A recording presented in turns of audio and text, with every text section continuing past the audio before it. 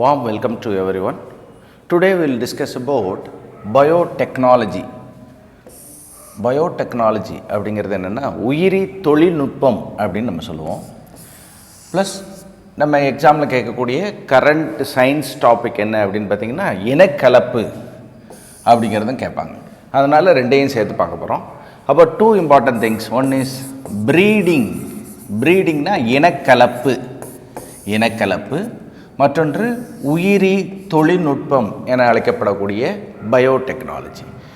இப்போ பயோ அப்படிங்கிற வார்த்தைக்கு மீனிங் என்ன அப்படின்னு பார்த்தீங்கன்னா லைஃப் அல்லது உயிர் அப்படின்னு அர்த்தம். அப்போ உயிர் சார்ந்த ஒரு தொழில்நுட்பம், அப்போ உயிரி சார்ந்த ஒரு தொழில்நுட்பம்.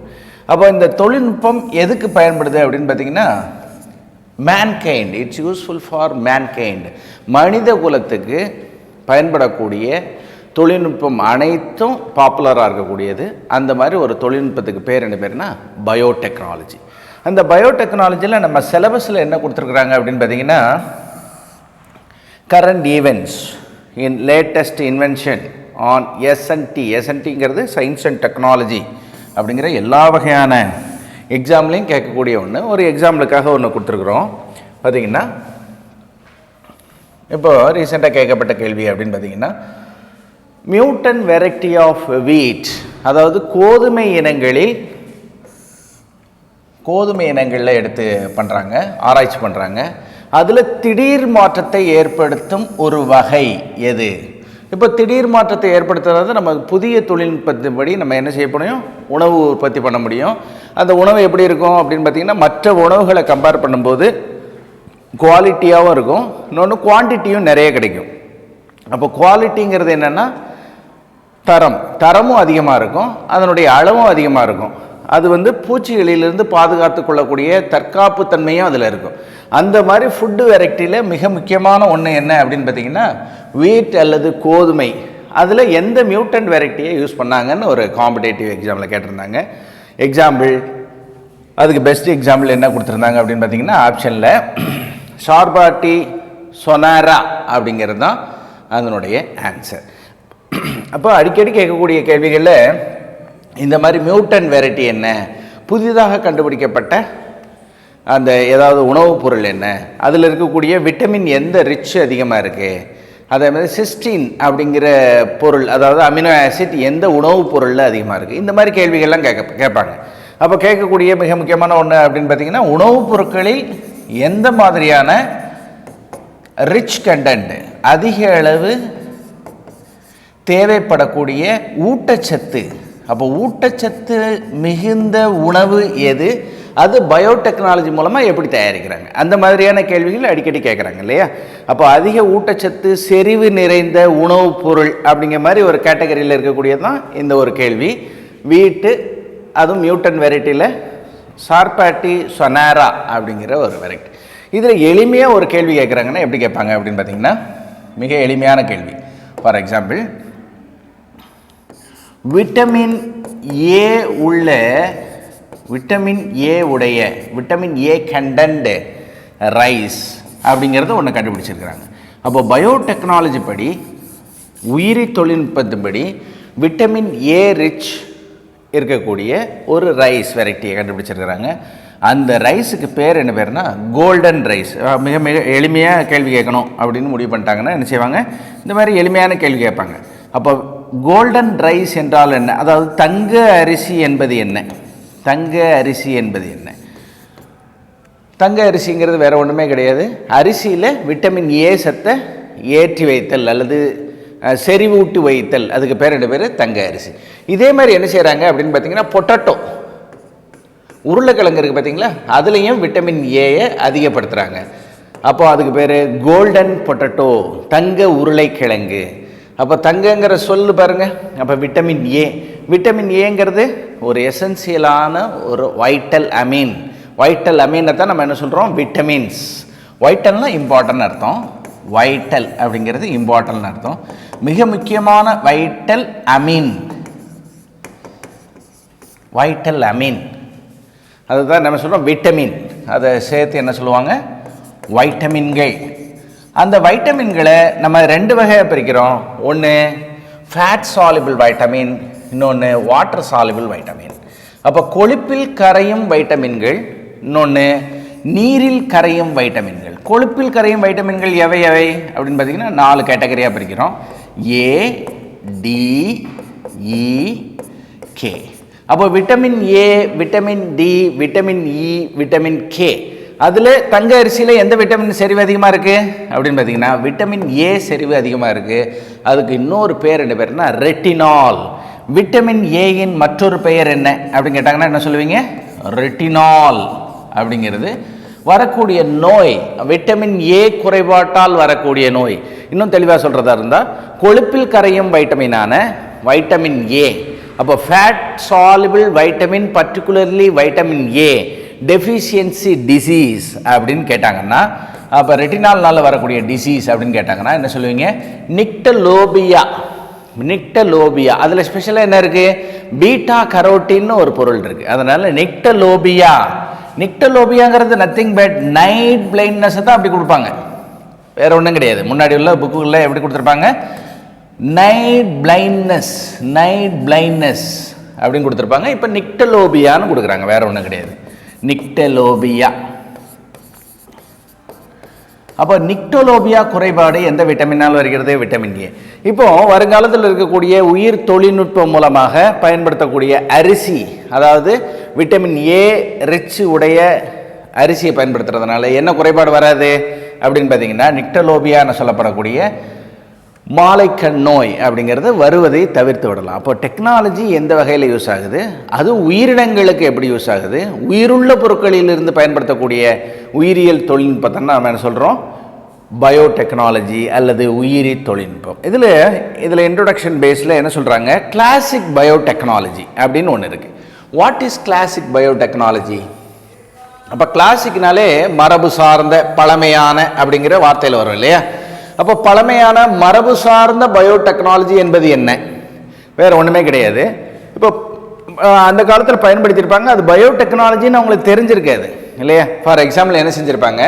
அப்போ தயிருங்கிறத ஒன்று உருவாக்கியிருப்பாங்க. அப்போ தயிர்னா என்னது? கேர்டு உருவாக்கியிருப்பாங்க. எதுலேருந்து உருவாக்கியிருப்பாங்க?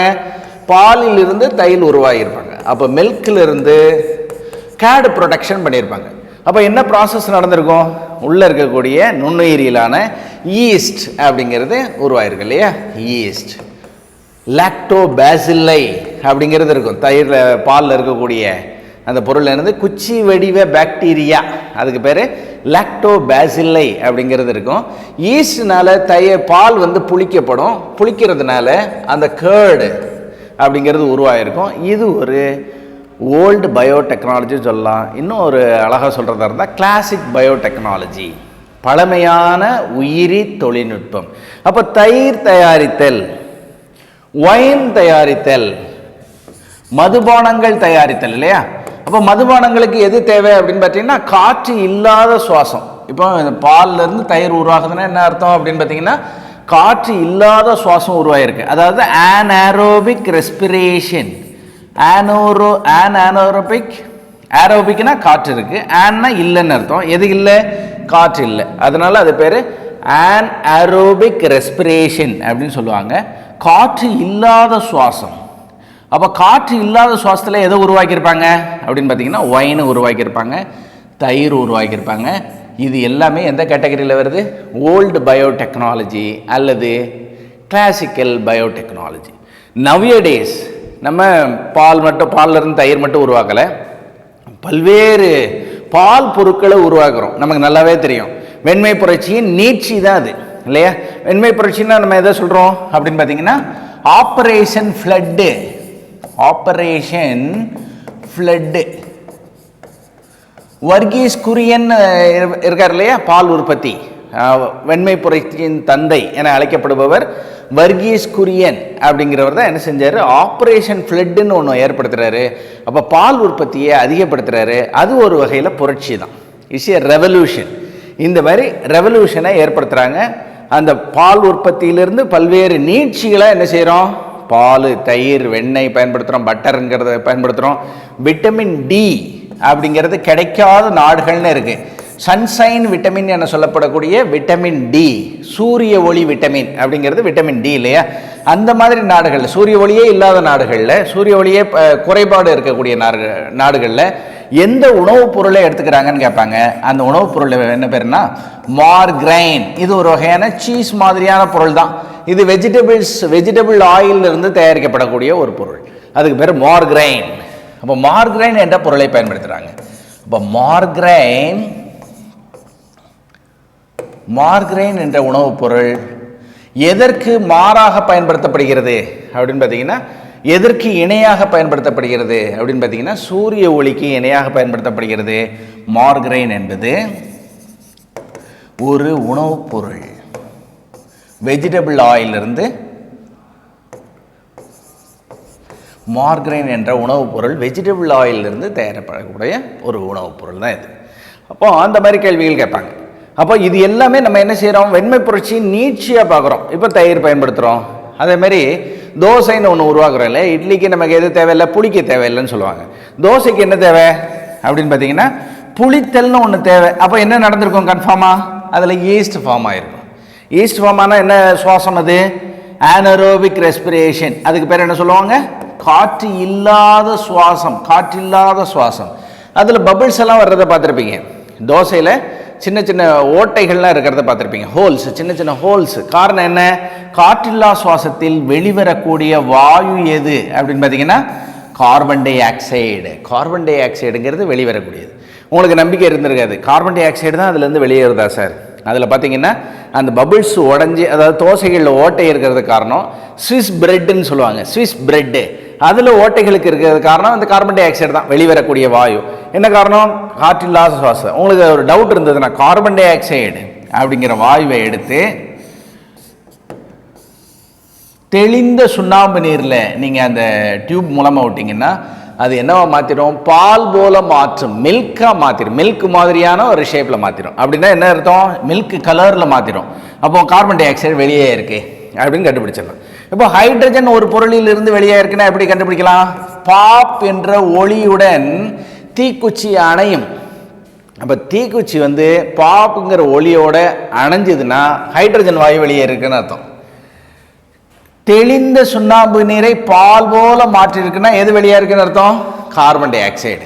ஒரு சோதனை மூலமாக கூட பண்ணி பார்க்கலாம். அப்போ காற்றில்லா சுவாசத்தில் வெளிவரக்கூடிய வாயு கார்பன் டை ஆக்சைடு. சோதனை பண்ணி பார்த்தீங்கன்னா கார்பன் டை ஆக்சைடை ஒரு டியூப் போடுங்க, ஒரு மூடிய ஒரு வெசல் மாதிரி வச்சுங்க, அதுலேருந்து ஒரு டியூப் போடுங்க, தெளிந்த சுண்ணாம்பு நீரை டெஸ்ட் டியூப்பில் வைங்க. உங்களுக்கு எதுவாக மாற்றிடும்? பால் போல் மாற்றிடும், மில்கியாக மாற்றிடும். மில்க்கு மாற்றிருச்சுன்னா அப்போ என்ன நடந்திருக்குன்னு அர்த்தம்? காற்றில்லா சுவாசம். அப்போ எந்த ஆல்கஹால் உருவாகும்? அப்போ இது எல்லாமே காற்றில்லா சுவாசம். பால் தயிராகுதல், தோசையில் இருக்கக்கூடிய ஹோல்ஸ் அப்படிங்கிறது காற்றில்லா சுவாசம் தான். ஒயின் ப்ரிப்பரேஷன், இப்போ மாவுகள்லாம் பயன்படுத்துவாங்க இல்லையா? பரோட்டா மாவெல்லாம் ரெடி பண்ணி வைப்பாங்க, ஆயில் தடவி வச்சுருவாங்க, மேல் பகுதியில் ஆயில் தடவி வச்சுருவாங்க. அப்போ என்ன நடந்திருக்கு அப்படின்னு பார்த்தீங்கன்னா உள்ள ஃபெர்மெண்டேஷன் நடக்க போகுதுன்னு அர்த்தம். நடக்க போது ஒரு அரை மணி நேரம் எடுத்து பார்த்தீங்கன்னா அந்த மாவு மிருதுவாக மாறி இருக்கும். காரணம் என்ன அப்படின்னு பார்த்தீங்கன்னா காற்றில்லா சுவாசம். அப்போ ஆயிலுக்கு மேலே என்ன செய்ய முடியாது? சுவாசிக்க முடியாது. உள்ளதான் என்ன நடந்திருக்கும்? அந்த ஈஸ்ட்டுங்கிற ஒரு பொருள் என்ன செஞ்சுருக்கும்? நல்ல ஃபெர்மெண்டேஷன் ஆகிருக்கும். அப்புறம் காற்றில்லா சுவாசம் உருவாயிருக்கும், கார்பன் டை ஆக்சைடு உருவாயிருக்கும். இப்போ காற்றில்லா சுவாசத்தில் வெளிவரக்கூடிய ஆல்கஹால் எது அப்படின்னு கேட்டாங்கன்னா என்ன சொல்லுவீங்க? C2H5OH. வாட் இஸ் C2H5OH அப்படின்னு பார்த்தீங்கன்னா எத்தில் ஆல்கஹால். என்ன ஆல்கஹால்? Ethyl alcohol. C2H5OH என்று அழைக்கப்படுவது எத்தில் ஆல்கஹால். எத்தில் ஆல்கஹால், நாட்டிய மெத்தில் ஆல்கஹால். மெத்தனால் கிடையாது, இது எத்தனால். உங்களுக்கு பெட்ரோலில் கூட இப்போ என்ன செய்கிறாங்க? ஆற்றல் மிகுந்த பெட்ரோல், எனர்ஜி பெட்ரோல்னு போடுறாங்க. இப்போ பெட்ரோல் பல்கெல்லாம் நீங்கள் பார்த்துருப்பீங்க, எனர்ஜி பெட்ரோல். அதில் எதை தான் யூஸ் பண்ணுறாங்க? எத்தில் ஆல்கஹால் தான் யூஸ் பண்ணுறாங்க இல்லையா? நாட்டிய மெத்தனால். அப்போ எத்தில் ஆல்கஹால் தான் வெளிவரக்கூடிய வாயு. எதில் வெளிவரக்கூடிய வாயு? காற்றில். அப்போ ஒரு சின்ன ஈக்குவேஷன் மாதிரி எழுதிக்கிட்டோன்னா, அப்போ பழமையான அல்லது கிளாசிக் பயோடெக்னாலஜி என்பது என்ன? பாலில் இருந்து தயிர் உருவாக்குதல். பாலில் இருந்து என்ன செய்கிறாங்க? தயிர் உருவாக்கியிருக்கிறாங்க. நொதிக்க வைத்தல் மூலமாக, காற்று இல்லாத சுவாசம் மூலமாக. இன்ட்டு போட்டலாமா? காற்று இல்லை இல்லையா? காற்று இல்லாத சுவாசம் மூலமாக மில்க் கன்வெர்டட் இன்டு கேர்டாக மாற்றிருக்கிறாங்க. ஒயின் ப்ரிப்ரேஷன், திராட்சை ரசங்களிலிருந்து நீங்கள் திராட்சையிலிருந்து ஒயின்லாம் ப்ரிப்பேர் பண்ணியிருக்காங்க, பல்வேறு பழங்கள்லேருந்து பயன்படுத்தியிருக்கிறாங்க. 60% ஒயின் எதுலேருந்து தான் தயாரிக்கப்படுதுன்னு நமக்கு தெரியும், திராட்சை தான். திராட்சையில் உள்ள அமிலம் நமக்கு தெரியும், டார்டாரிக் அமிலம் அப்படிங்கிறது இருக்குது இல்லையா. இப்போ விதையில்லா திராட்சைகள்லாம் உருவாகிருக்கு, காரணம் பயோடெக்னாலஜி தான். அப்போ சீட்லெஸ் பார்த்தினோகார்பிக் கிரேப்ஸ், பார்த்தினோகார்பிக் கருவுறாமல் கனியாகுதல், பார்த்தினோகார்பிக் கருவுறாமல் கனியாகுதல் முறை மூலமாக விதையில்லா திராட்சை மூலமாக உருவாயிருச்சு. அப்போ அதுலேருந்து என்ன தயாரிக்கிறாங்க அப்படின்னு பார்த்தீங்கன்னா 60% எதை தயாரிக்கிறாங்க, ஒயின் தயாரிக்கிறாங்க. அப்போ அந்த காலத்தில் ஒயின் தயாரிச்சிருப்பாங்க, பல வகைகள்லேருந்து தயாரிச்சிருப்பாங்க. என்ன சுவாசம், அதே மாதிரி காற்றில்லா சுவாசம். அப்போ தோசையில் இருக்கக்கூடிய ஓட்டைகளுக்கு காரணம் என்ன அப்படின்னு பார்த்தீங்கன்னா காற்றில்லா சுவாசம். ஸ்விஸ் பன்னு, ஸ்விஸ் பிரெட்டு, அதில் இருக்கக்கூடிய ஓட்டைகளுக்கு காரணம் என்ன அப்படின்னு பார்த்தீங்கன்னா காற்றில்லா சுவாசம். அப்போ ஆனரோபிக் ரெஸ்பிரேஷன், காற்றில்லா சுவாசம் மூலமாக புதிய பொருட்களை உருவாக்குதலுக்கு பேர் தான் என்ன பேர், ஓல்டு பயோடெக்னாலஜி அல்லது classic biotechnology. Classic biotechnology it's a very important one. But nowadays இப்போ அந்த மாதிரி கிளாசிக்ஸ் நம்ம நிறைய கொண்டு வந்துட்டோம் இல்லையா. நொதித்தல்ங்கிறது நம்ம நல்லா தெரியும்.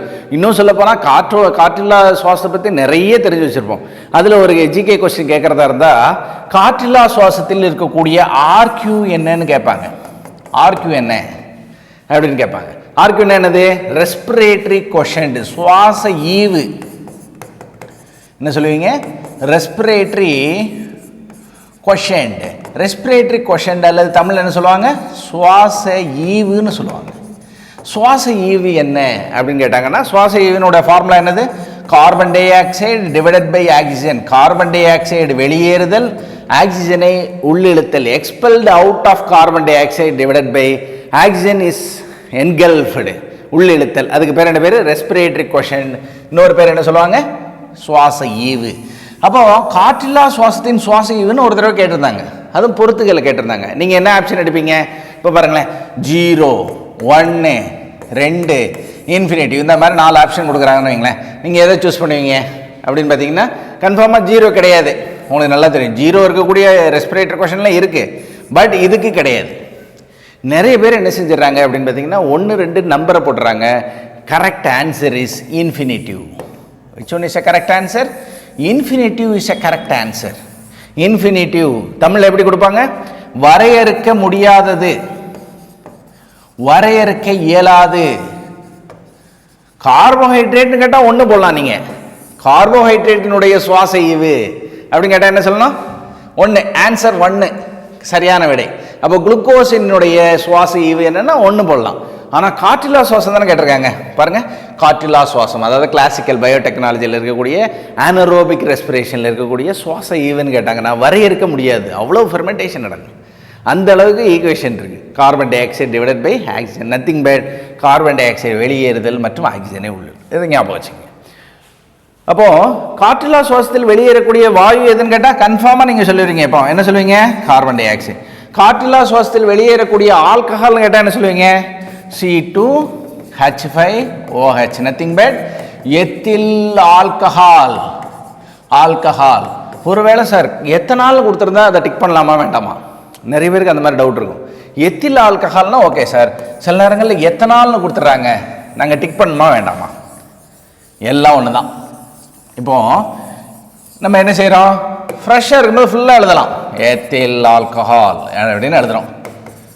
உங்களுக்கே ஒரு சோம்பேறித்தனம் வந்துருச்சு, என்ன செய்யலாம், ஷார்ட்டாக எத்தனால், எல்லாம் ஒன்று தானே. ஆல்னா என்ன அர்த்தம், ஆல்கஹால். அப்போ எத்தனால் அல்லது எத்தில் ஆல்கஹால், மெத்தனால் அல்லது மெத்தில் ஆல்கஹால்.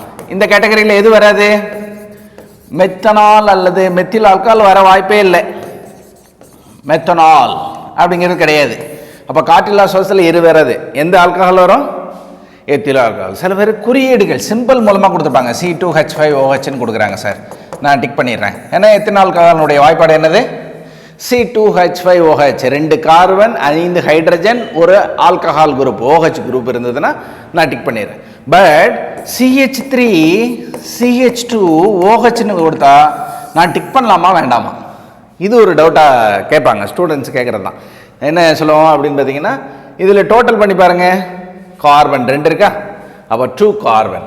இதை டோட்டல் பண்ணி பாருங்கள், 3 + 2 5 ஹைட்ரஜன். OH குரூப் இருக்கா? அப்போ எல்லாம் ஒன்று தான். அப்போ பாருங்கள், எத்தில் ஆல்கஹால்னு கொடுத்தாலும் ஒன்று தான், எத்தனாலும் கொடுத்தாலும் ஒன்று தான். அதுமாதிரி C2H5OHன்னு கொடுத்தாலும் ஒன்று தான். இந்த மாதிரி மாலிகுலர் ஃபார்முலா எப்படி கொடுத்தாலும் ஒன்று தான். அப்போ டோட்டலாக நீங்கள் எழுத வேண்டியது என்னென்னா, ஞாபகம் வச்சுக்கிட வேண்டியது, எத்தனால் ஆப்ஷன் கொடுத்தாலும் எத்தில் ஆல்கஹால் ஆப்ஷன் கொடுத்தாலும் மாலிகுலர் ஃபார்முலா வேறு வேறு ஃபார்மில் கொடுத்தாலும் நீங்கள் குழம்பாமல் ஞாபகம் வச்சுக்கணும்.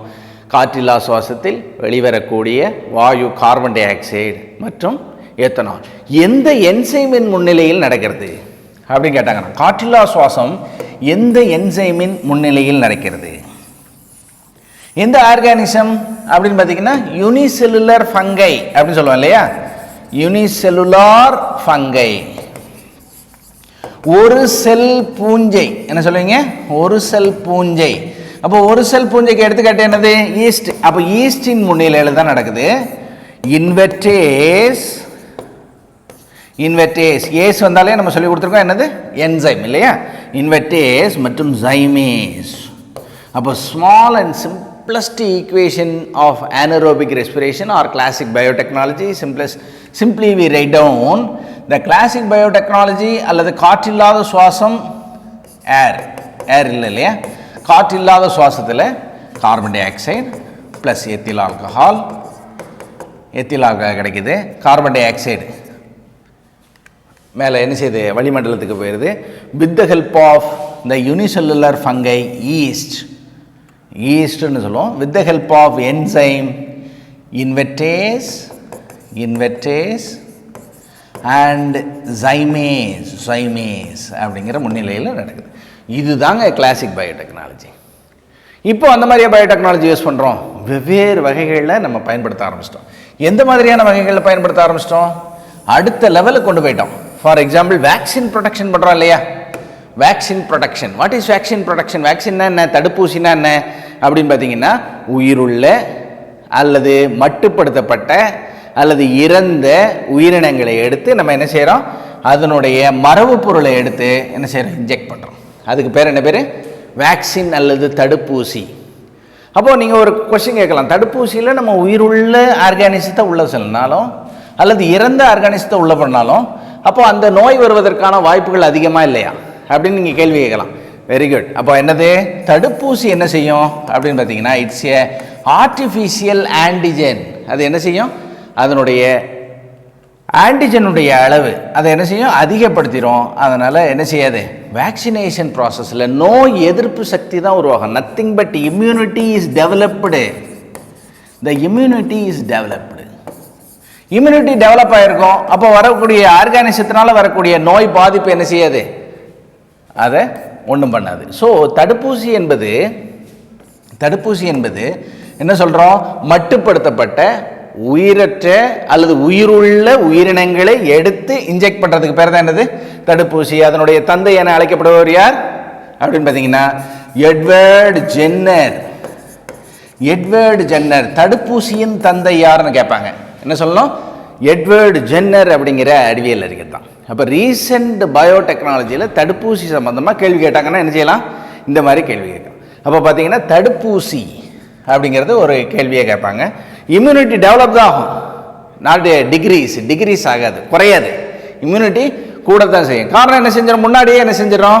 ப்ரீ பிளான்டாக உள்ளே அனுப்புனா என்ன செய்யும்? அந்த உயிரினம் வரும்போதே உள்ளே போய் திணறிடும். அப்போ இம்யூனிட்டி டெவலப் தான் ஆகும். ஸோ அப்போ தடுப்பூசி தயாரிக்கிறோம். அப்போ first important points of modern biotechnology, அதாவது நவீன உயிர் தொழில்நுட்பவியலின் பங்கு என்ன அப்படின்னு கேட்டாங்கன்னா, ஃபர்ஸ்ட் இம்பார்ட்டன்ட் ஒன் தடுப்பூசி தான். இப்போ இருக்கக்கூடிய கரண்ட் சினேரியோ பார்த்தீங்கன்னாலும் தடுப்பூசி தான் இல்லையா? தடுப்பூசி. ரெண்டாவது செகண்ட் இம்பார்ட்டன்ட் ஒன் அப்படின்னு பார்த்தீங்கன்னா, உணவுப் பொருட்களை மேம்படுத்துதல், ஃபுட்டில் இருக்கக்கூடிய நாரிஷ்மெண்ட், ஊட்டச்சத்துக்களை அதிகப்படுத்துதல், அந்த மாதிரி பண்ணலாம். மூணாவது உணவுப் பொருட்களை செறிவூட்டுதல். சில எக்ஸ்ட்ராவாக என்ன செய்யலாம்? விட்டமின் ஏ மாதிரியான பொருட்களை அல்லது அமினோ ஆசிட் மாதிரியான பொருட்களை என்ன செய்யலாம்? உணவில் செறிவூட்டுதல் அப்படிங்கிறத பார்க்கலாம். நாலாவது நோய் கண்டறிதல், டிசீஸ் டிடெக்ஷன் ஆஃப் டிசீஸ் அப்படிங்கிறத கண்டறியலாம். இன்னொன்று பல்வேறு மேன்கைண்டு தொழில்நுட்பம், அதாவது மனித குலத்துக்கு பயன்படக்கூடிய தொழில்நுட்பத்தை மேம்படுத்துதல். என்ன மாதிரி பண்ணிக்கிட்டு இருக்காங்க அப்படின்னு பார்த்தீங்கன்னா உங்களுக்கு நல்லாவே தெரியும். இப்போ பாருங்கள், மின்மினி பூச்சி இருக்குது பார்த்தீங்களா? மின்முனி பூச்சியில் இருக்கக்கூடிய லூசிஃபெரின் அப்படிங்கிற ஒரு புரோட்டீன் இருக்குது. லூசிஃபெரின்னு ஒரு புரோட்டீன் தான் என்ன செய்யுது, அந்த மின்முனி பூச்சிகள் கிளிட்டரிங்காக இருப்பதுக்கு காரணம். இந்த கிளிட்டரிங்காக இருக்குது, இரவு நேரங்களில் பறக்கும்போது நமக்கு கண்ணுக்கு ஒளிமயமாக இருக்கிறதுக்கு காரணம், கிளிட்டரிங்காக இருக்கிறதுக்கு காரணம் லூசிஃபெரின்கிற ஒரு புரோட்டீன் தான். இந்த புரோட்டீனை என்ன செய்வாங்க, அதை எடுத்துக்குவாங்க, டைரைவ் பண்ணி எடுத்துக்குவாங்க, எக்ஸ்ட்ராக்ட் பண்ணி எடுத்துக்கிடுவாங்க. அந்த புரோட்டீன் ரிச் இருக்கக்கூடிய டிஎன்ஏவை எடுத்துக்குவாங்க, அதனுடைய மரபு பொருளை எடுத்துக்கிடுவாங்க. அப்போ மரபு பொருளை அதில் ஜீனை எடுத்துக்கிட்டு அதை எதில் இன்ட்ரடியூஸ் பண்ணுறாங்க அப்படின்னு பார்த்தீங்கன்னா பிளான்ட்டில் இன்ட்ரடியூஸ் பண்ணுவாங்க. அப்போ தாவரங்களில் இன்ட்ரடியூஸ் பண்ணுவாங்க. இப்போ யோசிச்சு பாருங்கள், இரவு நேரங்களில் இந்த தாவரங்கள் எப்படி இருக்கும் அப்படின்னு பார்த்தீங்கன்னா அப்படி ஜொலிப்பாக இருக்கும், கிளிட்டரிங்காக இருக்கும். அப்போது இது என்ன இருக்கும், ஒரு லைட்டுங்கிற ஒரு எலக்ட்ரிசிட்டிங்கிறது ஒன்று இல்லாமலே என்ன இருக்கும், தாவரங்கள்லாம் மினுமினுப்பாக இருக்கும். ஒரு ஹைவேஸில் நீங்கள் யோசிச்சு பார்த்தீங்கன்னா ஒரு ஹைவேஸில் முழுக்க என்ன நடக்குது அப்படின்னு பார்த்தீங்கன்னா தாவரங்களில் இந்த ஜீனை இன்ட்ரடியூஸ் பண்ணிட்டோம். இதெல்லாம் நடக்கக்கூடிய காரியமா அப்படின்னு பார்த்தீங்கன்னா ஆராய்ச்சி போயிட்டுருக்கு. இந்த ரிசர்ச் இஸ் கோயிங் ஆன். இப்போ பாருங்கள், இந்த ஜீனை எடுத்து இன்சர்ட் பண்ணிட்டீங்கன்னா அந்த இரவு முழுவதும் அந்த தாவரங்கள் எப்படி இருக்கும், பளபளப்பாக இருக்கும், மினுமினுப்பாக இருக்கும். அந்த மாதிரி இருந்ததுன்னா என்னென்ன தவிர்க்கலாம். நமக்கு மினுமினுப்பாக இருக்கிறதுக்குன்னு ஒரு அவசியம் கிடையாது. அதுக்கு வேறு ஏதாவது கூட நம்ம என்ன செய்யலாம், எலக்ட்ரிசிட்டிக்கு பதிலாக எல்இடி கொண்டு வரலாம், அது பண்ணலாம் நிறைய பண்ணலாம், சூரிய ஒளி மூலமாக கூட கொண்டு வரலாம். இந்த மினுமினுப்பாக இந்த மாதிரி எலக்ட்ரிசிட்டி இல்லாமல், சூரிய ஒளி இல்லாமல் ஒரு கிளிட்டரிங்கை ஏற்படுத்துறதுக்கு என்ன ரீசன் அப்படின்னு பார்த்தீங்கன்னா ஆக்சிடெண்ட்டை தவிர்க்கலாம். ஒரு NH ரோடில், நேஷ்னல் ஹைவேஸில் இரவு முழுவதும் ஒரு சைடில் ஃபுல்லாக ஒரு லேயர் மாதிரி, ஒரு பவுண்ட்ரி மாதிரி, ஒரு எல்லை கோடு மாதிரி இந்த தாவரங்கள் இருந்ததுன்னா நமக்கு என்ன பெனிஃபிட் இருக்குது அப்படின்னு பார்த்தீங்கன்னா ஆக்சிடெண்ட்டுகளை தவிர்க்கலாம். அந்த மாதிரி நிறைய பெனிஃபிஷியல் தாவரங்களை வளர்க்குறாங்க. இன்னொன்று ஆர்னமெண்டல் பர்பஸ், அழகு தாவரங்களாக இதை பயன்படுத்தலாம். இந்த மாதிரி மாடர்ன் பயோடெக்னாலஜி எதுக்கெல்லாம் யூஸ் ஆகுது, தடுப்பூசி தயாரிக்க, உணவுப் பொருட்கள் தயாரிக்க, அதே மாதிரி பார்த்திங்கன்னா உணவுப் பொருட்களை செறிவூட்ட, ஏதாவது புரோட்டீன் ரிச், விட்டமின் ரிச் ஃபுட்டை செறிவூட்டுறதுக்கு, இன்னொன்று ஜீனை டிரான்ஸ்ஃபர் பண்ணுறதுக்கு மரபு தொழில்நுட்பம் வழியாக இன்சுலின் ப்ரொடக்ஷன் கூட அந்த மாதிரி தான். இன்சுலின் உற்பத்தி பண்ணுறாங்க இல்லையா, அந்த மாதிரி பண்ணுறாங்க. இன்னொன்று மாடர்ன் பயோடெக்னாலஜியில் ஆராய்ச்சி அப்படிங்கிறது research is going on. Look like luciferin gene inserted into plant. அந்த மாதிரிலாம் மாடர்ன் பயோடெக்னாலஜியில் போயிட்டுருக்கு. அப்போ 2 பயோடெக்னாலஜியை பற்றி நம்ம பார்த்துருக்குறோம். ஒன்று கிளாசிக்கல் பயோடெக்னாலஜி, இன்னொன்று மாடர்ன் பயோடெக்னாலஜி. இதில் மாடர்ன் பயோடெக்னாலஜியில் நம்ம தெரிஞ்சுக்கிட வேண்டிய ஒன்று என்ன அப்படின்னு பார்த்தீங்கன்னா, இந்தியாவினுடைய பாப்புலேஷன் அப்படின்னு பார்த்தீங்கன்னா 2050, இப்போ 2021 ஆயிடுச்சு, 2050 1.7 பில்லியன் பாப்புலேஷனை எட்டும்னு சொல்கிறாங்க.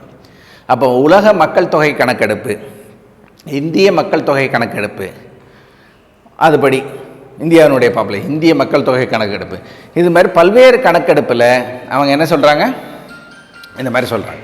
அப்போ இந்தியாவினுடைய மக்கள் தொகைன்னு பார்த்திங்கன்னா 1.7 பில்லியன் பாப்புலேஷன் அல்லது 170 crore எந்த வருடத்தில் ரீச் ஆயிரும் அப்படின்னு பார்த்தீங்கன்னா 2050 ரீச் ஆகக்கூடிய மக்கள் தொகை பெருக்கும். அப்போது நம்ம இந்திய லெவலில் நம்ம மக்கள் தொகை கணக்கெடுப்பு உலகளாவே நடந்துக்கிட்டு இருக்கோம். இந்திய லெவலில் மக்கள் தொகை நடக்கும்போது 2050 1.7 பில்லியன், அதாவது 170 கோடி மக்களை ரீச் ஆயிடுவாங்க. இப்போ கரண்ட் சினாரியோ படி எவ்வளோ crore மக்கள் இருக்காங்க, 138 crore, 138 கோடி இருக்கிறாங்க 2050. இப்போ 2021 இல்லையா, 2050 ஆகும்போது 170 crore ரீச் பண்ணிடுவாங்க. அப்போது அவங்களுடைய உணவு தேவை எவ்வளவு தான் பூர்த்தி பண்ண முடியும் அப்படின்னு பார்த்தீங்கன்னா 59% மட்டுமே பூர்த்தி பண்ண முடியும் அப்படின்னு அறிவியல் அறிஞர்கள் கணிக்கிறாங்க. ஒரு சர்வே ரிப்போர்ட் சொல்லுது. அப்போ 59னா நியர்லி 60%, மீதி 40% வறுமை கோட்டு கீழே இருப்பாங்க, அதாவது உணவின்றி தவிப்பவர்களாக இருப்பாங்க. அப்போ எது தேவை அப்படின்னு பார்த்தீங்கன்னா 2 இம்பார்ட்டன்ட் திங்ஸ். ஒன்று என்ன செய்யணும் அப்படின்னு பார்த்தீங்கன்னா பிளான்ட் ப்ரீடிங், தாவர பயிர் பெருக்கத்தை மேற்கொள்ளணும். இன்னொன்று கால்நடை வளர்ப்பை மேம்படுத்தணும், அதாவது அனிமல் ஹஸ்பண்டரி. இந்த ரெண்டையும் இம்ப்ரூவ் பண்ணால் தான் 2050 நம்ம 100% உணவு தேவையை பூர்த்தி செய்ய முடியும். இப்போவே 138 கோடி, இன்னும் யோசிச்சு பாருங்கள், 170 crore ரீச் ஆயிடுச்சுன்னா நம்ம 2 விஷயத்தையும் நம்ம கான்சன்ட்ரேட் பண்ணணும். அனிமலையும் வளர்க்கணும், இன்னொன்று தாவரங்களையும் பயிர்படுத்தணும். நாட் ஓன்லி நம்ம உணவு தேவைக்காக மட்டுமே அனிமலை வளர்க்குறது கிடையாது. நம்ம என்ன செய்கிறோம் அப்படின்னு பட்டுப்புழு வளர்க்குறோம் இல்லையா, பட்டு உற்பத்தின்னு நம்ம பண்ணுறோம் இல்லைங்களா மேடம். அப்போ பார்த்தீங்கன்னா அனிமல் ஹஸ்பண்ட்ரி அப்படிங்கிறது நம்ம பட்டு சில்க் உற்பத்திக்கும் பயன்படுத்துகிறோம், கம்பளி ஆடையெல்லாம் பயன்படுத்துகிறோம். பயோ பாலிமர் அப்படிங்கிறத யூஸ் பண்ணுறோம், உங்களுக்கே தெரியும். அப்போ பார்த்தீங்கன்னா பயோ பாலிமர்ஸ் யூஸ் பண்ணக்கூடிய அந்த பொருள். அப்போ பருத்தியை யூஸ் பண்ணுறோம். இங்கே பார்த்தீங்கன்னா தாவரத்தில் பயன்படுத்தக்கூடியது பருத்தியை நம்ம பயன்படுத்துகிறோம், காட்டன், அதிலிருந்து செல்லுலோஸுங்கிறது கிடைக்கி. இங்கே கம்பளி உடைகள், உள்ளன் அப்படிங்கிறது நம்ம கிடைக்குது இல்லையா. இது எல்லாமே நம்ம மேம்படுத்தினா தான் நம்ம வருங்காலத்தை சமாளிக்க முடியும் அப்படின்னு அறிவியல் அறிஞர்கள் கணிக்கிறாங்க.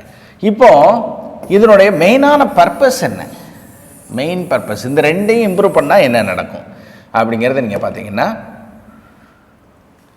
இந்த பிளான்ட்டை அதனுடைய பெருக்கத்தை இம்ப்ரூவ் பண்ணுறோம், ஆனால் அதனுடைய குவாலிட்டியில் நம்ம மிஸ் பண்ணிட்டோம்னு வைங்க. அப்போது என்ன செஞ்சிடறோம், குவாலிட்டியில் நம்ம மிஸ் பண்ணிட்டோம். குவாலிட்டி கம்மியாக அதிக பெருக்கமுடைய தாவரங்களை உருவாக்கிட்டோம். பிளான்ட் ப்ரீடிங்னா தானே, பெருக்கத்தை மட்டும் அதிகப்படுத்துகிறோம், குவாலிட்டியை நம்ம காம்ப்ரமைஸ் பண்ணலைன்னா அது பயோடெக்னாலஜியினுடைய வளர்ச்சியா, உயிரி தொழில்நுட்பத்தின் வளர்ச்சியா? கிடையாது. அப்போ என்ன இருக்கணும், 2 விஷயம் இருக்கணும். ஒன்று, அது குவாலிட்டியாகவும் இம்ப்ரூவ் ஆகிருக்கணும். செகண்ட் ஒன், குவான்டிட்டியாகவும் இம்ப்ரூவ் ஆகிருக்கணும். அதிகமாகவும் இருக்கணும், தரமாகவும் இருக்கணும். அப்போ அளவு தரம் ரெண்டையும் மெயின்டைன் பண்ணக்கூடிய ஒரு ப்ராசஸை பண்ணால் தான் அப்போ நம்ம பயோடெக்னாலஜியினுடைய வெற்றி. அந்த சார் அதான் சொல்கிறார். என்ன சொல்கிறாரு அப்படின்னு பார்த்தீங்கன்னா, பயோடெக்னாலஜி பேஸ் பண்ணி அந்த இதை பிளான்ட் ப்ரீடிங்கை நம்ம இம்ப்ரூவ் பண்ணலாம் அப்படின்னு சொல்லிட்டு இருக்காரு இல்லையா. Very good sir. இப்போ பார்த்தீங்கன்னா பிளான்ட் ப்ரீடிங் அப்படிங்கிறத அதிகப்படுத்தலாம். இன்னொன்று என்னென்னா அனிமல் ஹஸ்பண்ட்ரி, விலங்குகளையும் வளர்க்கலாம். Very good madam. நம்ம என்ன செய்யலாம், அந்த அனிமல் நிறைய ப்ரீடிங் ஆஃப் அனிமல்ஸ், அப்போ இன்டர்னல் அண்ட் எக்ஸ்டர்னல் ப்ரீடிங்கை அதிகப்படுத்தலாம். அப்போ ஜீன் மூலமாகவும் ஒரு இனத்தை மாற்றி கொண்டு வரலாம், அல்லது நார்மல் மேட்டிங் மூலமாகவும் என்ன செய்யலாம், அனிமல்ஸை உருவாக்கலாம். புதிதாக உருவாகக்கூடிய அனிமல்ஸ் நம்ம அதை பார்க்க போகிறோம். கோவேரி கழுதை அப்படிங்கிறத பார்க்க போகிறோம். கோவேரி கழுதைங்கிறது என்னது அப்படின்னு பார்த்தீங்கன்னா, ஃபீமேல் ஹார்ஸ் மேல் டாங்கி, அதாவது ஆண் இனத்தில் இருக்கக்கூடிய டாங்கி கழுதையும் பெண் இனத்தில் இருக்கக்கூடிய குதிரையும் கலப்பின பண்ணால் நமக்கு வரக்கூடியது என்னது, கோவேரி கழுதை. கோவேரி கழுதையினுடைய நோய் எதிர்ப்பு சக்தி எப்படி இருக்கும், கம்பேர்டு டு ஹார்ஸை கம்பேர் பண்ணும்போதும் டாங்கியை கம்பேர் பண்ணும்போதும் அதிகப்படியாக இருக்கும். எல்லா தட்பவெப்ப நிலைக்கும் தாங்கக்கூடிய ஒரு கெப்பாசிட்டி எதுக்கு இருக்கும் அப்படின்னு பார்த்தீங்கன்னா அந்த கோவேரி கழுதைக்கு இருக்கும். நம்ம நல்லாவே தெரியும், மலையேற்றத்திற்கு பயன்படக்கூடியது. இப்போ இமயமலையில் ஏறணும்னு சொல்கிறாங்க இல்லையா. இமயமலையில் முதல்ல இந்தியர் காலடி எடுத்து வச்சவர் டென்சிங்னு இங்கே ஏறினார். அவர் நேபாளத்துக்கு அருகில் இருந்ததுனால அவருடைய பிளட் சர்க்குலேஷன், அதனுடைய தகவமைப்பு அதிகமாக அவருக்கு இருந்திருக்கும், அதனால் டென்சிங் ஏறினார். ஆனால் இப்போ நம்ம ஆசைப்படுறோம், இமயமலையில் நான் என்ன செய்யணும், அந்த ட்ரெக்கிங் போகணும், இமயமலையை உச்சி அடையணும் அப்படின்னு நினச்சிங்கன்னா நீங்கள் எல்லா பழுவையும் தூக்கிட்டு மேலே ஏற முடியாது. அப்போ எதனுடைய உதவி தேவை, பயோடெக்னாலஜி மூலம் தயாரிக்கப்பட்ட அல்லது உருவாக்கப்பட்டன்னு தான் சொல்லணும் இல்லையா, உயிருள்ள பொருட்கள்.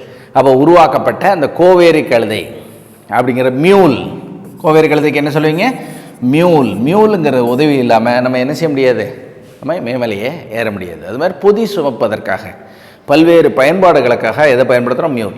இதில் ஒரே ஒரு டிஸ்அட்வான்டேஜ் சொல்லுங்கள் பார்க்கலாம் இந்த மியூலில். எஸ், அவங்க சார் சொல்கிறாரு பாருங்கள், என்னென்னா மியூலுக்கு என்ன பண்ண முடியாது, ரீப்ரொடெக்ஷன் பண்ண முடியாது. அப்போ இனப்பெருக்கம் பண்ண முடியாது. இது ஒரு வகையில் அட்வான்டேஜ் தான், இன்னொரு வகையில் அது டிஸ்அட்வான்டேஜ் தான். ஏன்னா ஒவ்வொரு தடவையும் என்ன செய்யணும், மேல் டாங்கி ஃபீமேல் ஹார்ஸை நம்ம என்ன செஞ்சு ஆகணும், மேட்டிங்க்கு உட்படுத்தி தான் நம்ம என்ன செய்யணும், மியூலை உருவாக்கி ஆகணும். மற்றபடி அதால் ரீப்ரொடக்ஷன் பண்ண முடியாது. அப்போ நான் ரீப்ரொடக்டபிள் ஒன் அப்படின்னு பார்த்தீங்கன்னா இந்த மியூல் அல்லது கோவேரி கழுதை இந்த மாதிரி என்ன செய்கிறாங்க, ப்ரீடிங் ஆஃப் அனிமல். அப்போ ஜெனட்டிக் ரீதியாகவும் என்ன செய்கிறாங்க, அனிமல் ப்ரீடிங்ஸ் பண்ணுறாங்க, அல்லது இந்த எக்ஸ்டர்னல் ப்ரீடிங்கும் பண்ணிக்கிட்டு இருக்கிறாங்க. அப்போ 2 இம்பார்ட்டன்ட் திங்ஸ். ஒன் இஸ் பிளான்ட்டை குவாலிட்டி அண்ட் குவான்டிட்டியில் இம்ப்ரூவ் பண்ணணும், அளவு தரங்களில் காம்ப்ரமைஸ் பண்ணாமல் பயன்படுத்தணும். இன்னொன்று விலங்குகளையும் சைமண்டேனியஸாக அதனுடைய வளர்ப்புகளையும் நம்ம பயன்படுத்தணும். ஓகேங்களா? அப்போ இதான் நம்ம என்ன பார்க்குறோம், மெயினான திங். அடுத்து ஜீனோடைப்பிக் ப்ராசஸ். அப்போ ஜீனோடைப்பிக்காக இம்ப்ரூவ் பண்ணலாம். இதுக்கு முன்னாடியெல்லாம் என்ன பண்ணிக்கிட்டு இருந்தாங்க அப்படின்னு பார்த்தீங்கன்னா, 2 மாடு இனங்களை கலப்பினம் பண்ணுவாங்க, புதிய மாடு இனங்கள் கிடைக்கும். இந்த புதிய மாடு இனத்தோட பெனிஃபிட் என்ன? பயோடெக்னாலஜியோட மெயினான ஏம் என்னது? எஸ், கரெக்டாக அவங்க சொல்கிறாங்க பாருங்கள், மனித குலத்தை மேம்படுத்துதல், மனித குல வளர்ச்சிக்கு உதவுதல், அதான் பயோடெக்னாலஜி. கரெக்டுங்களா? It's used to the mankind are living organism. அப்போ லிவிங் திங்ஸ் அல்லது ஹியூமனுக்கு பயன்படுத்தக்கூடிய அளவுக்கு நம்ம மாற்றி அமைக்கிறதுக்கு பேர் தான் பயோடெக்னாலஜி. அப்போ புதிய மாடு இனங்களை 2 மாடு இனங்களை கலக்கிறாங்க, புதிய மாடு இனங்கள் கிடைக்கும். இந்த புதிய மாடு இனம் என்ன செய்யும்? அதிகப்படியான பால் உற்பத்தியை பண்ணும், மில்க் ப்ரொடக்ஷன் பண்ணும். இன்னொன்று எல்லா தகவமைப்புக்கும் ஏற்ற மாதிரி இருக்கும். இப்போ ஒரு இந்தியாவில் இருக்கக்கூடிய பல்வேறு மாநிலங்களில் இருக்கக்கூடிய மாடுகளை எடுத்து அதில் பெஸ்ட்டாக மில்க் கொடுக்கக்கூடிய மாடையும் தமிழக மாடையும் எடுத்து கலப்பினம் பண்ணாங்கன்னா என்ன கொடுக்கும் அப்படின்னு பார்த்தீங்கன்னா, அதிக பால் கொடுக்கக்கூடிய இனங்கள் கிடைக்கும். அதனால் வெண்மை புரட்சி இம்ப்ரூவ் ஆகும். அனைவருக்கும் மில்க்குங்கிறது கிடைக்கும், அனைவருக்கும் புரத சத்துங்கிறது கிடைக்கும், அனைவருக்கும் கால்சியம்ங்கிறது கிடைக்கும். மில்கில் தானே இருக்குது மெயினாக கால்சியம்ங்கிறது கிடைக்கும். அதனால் கால்சியம் குறைபாட்டு நோய்களிலிருந்து நாம் பாதுகாத்து கொள்ளலாம். அப்போ 3 முக்கியமான திங்ஸு நம்ம பயன்படுத்தணும். ஒன்று நீல புரட்சி, ப்ளூ ரெவல்யூஷனுக்காக மீன்களை அதிகப்படுத்தணும், அதையும் பயோடெக்னாலஜியில் பண்ணலாம். இன்னொன்று வெண்மை புரட்சி, மில்க் உற்பத்தியை அதிகப்படுத்தலாம். இன்னொன்று முட்டை புரட்சி, முட்டையை அதிகப்படுத்தணும் இல்லையா, முட்டை புரதம். அதில் பார்த்தீங்கன்னா முட்டை புரட்சி என்ன சொல்லுவீங்க? சில்வர் ரெவல்யூஷன், வெள்ளி புரட்சி. அப்போ நீலம் ப்ளூ ரெவல்யூஷன், ஒயிட்டு வெண்மை புரட்சி, வெள்ளி சில்வர் ரெவல்யூஷன். இந்த 3ஐயும் இம்ப்ரூவ் பண்ணோன்னா ஊட்டச்சத்துக்கள் சரியாக சென்று சேரும் அப்படின்னு சொல்கிறாங்க. அப்போ ஊட்டச்சத்துக்கு என்ன கொடுக்குறாங்க? இப்போல்லாம் பார்த்தீங்கன்னா முட்டைகள் கொடுக்குறாங்க. ஜப்பான்லாம் எதை கொடுக்குறாங்க? மில்க்கு கொடுக்குறாங்க. நம்ம ஊரில் முட்டை கொடுக்குறாங்க. ஜப்பானில் என்ன செய்வாங்க? மதிய இடைவேளை நேரங்களில் ஸ்கூலில் பள்ளிக்கூடங்களில் என்ன கொடுக்குறாங்க? மில்க்கு கொடுக்குறாங்க. அப்போ முட்டை, பால், மீன், இது 3ஐயும் உற்பத்தி பண்ணுறது தான். அப்போ அந்த மாதிரி என்ன செய்கிறோம்? அதிகப்படுத்துகிறோம். பயோடெக்னாலஜியினுடைய அந்த மைல்கல்களை அதிகப்படுத்துகிறோம். இதுக்கு யூஸ் ஆகக்கூடியது தான். அப்போ ஜீனோடைப்பிக் ரேஷியோவும் நம்ம என்ன செய்யலாம்? இம்ப்ரூவ் பண்ணலாம். ஜீனோடைப், ஜீன் ஓரியன்டாகவும் நம்ம இம்ப்ரூவ் பண்ணலாம். அல்லது வெளிக்கலப்பு மூலமாக புதிய மாடுகளை உருவாக்கலாம். இப்போ ஜீன் கலப்பில் ஒரு பெஸ்ட் எக்ஸாம்பிள் சொல்கிறேன் பாருங்களேன். இப்போ ஜீன் கலப்பில் இப்போ பேங்க்ரியாஸ்னு ஒரு ஆர்கன் இருக்குது. பேங்க்ரியாஸ் இலை வடிவத்தில் இருக்கக்கூடிய மிக முக்கியமான ஆர்கன். அதிகமாக என்ன செய்ய முடியாது? இதை டிரான்ஸ்பிளான்டேஷன் பண்ண முடியாது. நிறைய விஷயங்களை டிரான்ஸ்பிளான்டேஷன், கிட்னி டிரான்ஸ்பிளான்டேஷன் பண்ணலாம், ஸ்கின்னை டிரான்ஸ்பிளான்டேஷன் பண்ணலாம். ஆனால் பேங்க்ரியாஸ் ரொம்ப ரிஸ்க்கு. கொஞ்சம் இப்போ இருக்கக்கூடிய சூழ்நிலை கொஞ்சம் அதிகப்படியான ரிஸ்க் எடுத்து பண்ணணும். பேங்க்ரியாஸ், கணையம்னு சொல்லுவோம் இல்லையா, தமிழில் என்ன சொல்லுவோம்? கணையம். இந்த கணையங்கிறது இரு சுரப்பின்னு சொல்லுவோம். இரு சுரப்பி. அப்போ இரு சுரப்பி என அழைக்கப்படும் ஆர்கன் எது?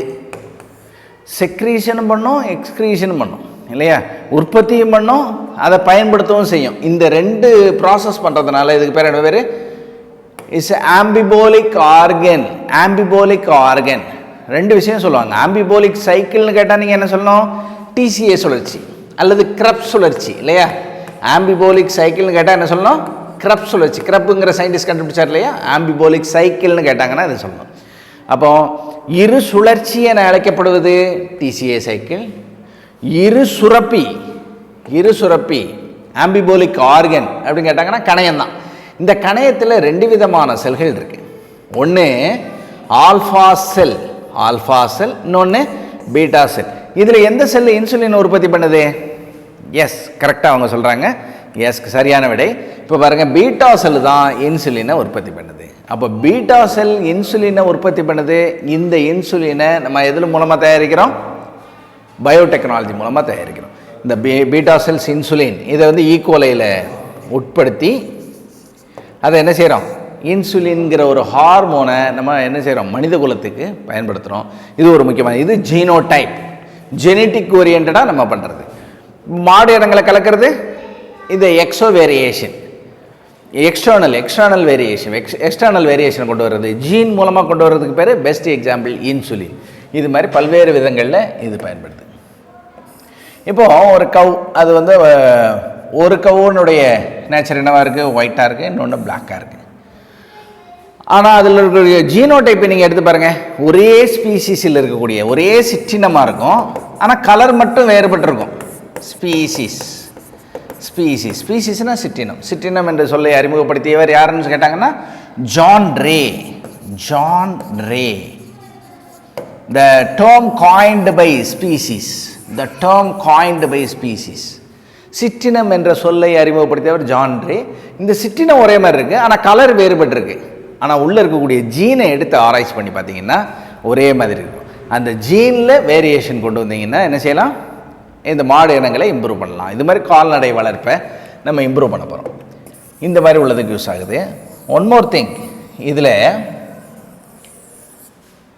பயன்பாட்டில் இருக்கக்கூடியது என்ன அப்படின்னு பார்த்தீங்கன்னா, மாடர்ன் பயோடெக்னாலஜியில் health care products and diagnostic kits and food production, இந்த 3 விஷயங்களில் கான்சன்ட்ரேட் பண்ணுறாங்க. ஏன்னா மனித குலத்துக்கு இது மிக முக்கியமான தேவை, அதுவும் இப்போதைய தேவை. இது ஹெல்த் கேர் ப்ராடக்ட்ஸ் அப்படிங்கிறது ரொம்ப தேவையான ஒன்று. டயக்னோஸ்டிக் கிட்ஸ் அப்படிங்கிறத பயன்படுத்துகிறாங்க. நோய் கண்டறியும் கருவிகள். உணவு உற்பத்தியை அதிகப்படுத்தணும். எதில் காம்ப்ரமைஸ் பண்ணக்கூடாது, குவாலிட்டியிலையும் காம்ப்ரமைஸ் பண்ணக்கூடாது, குவான்டிட்டியிலையும் காம்ப்ரமைஸ் பண்ணக்கூடாது. அதாவது அளவு மற்றும் தரம். இன்னொன்று கூட சேர்த்துக்கலாம், பூச்சிகளிலிருந்து பாதுகாத்தல், ப்ரொடெக்ஷன் ஃப்ரம் இன்செக்ட்ஸ்.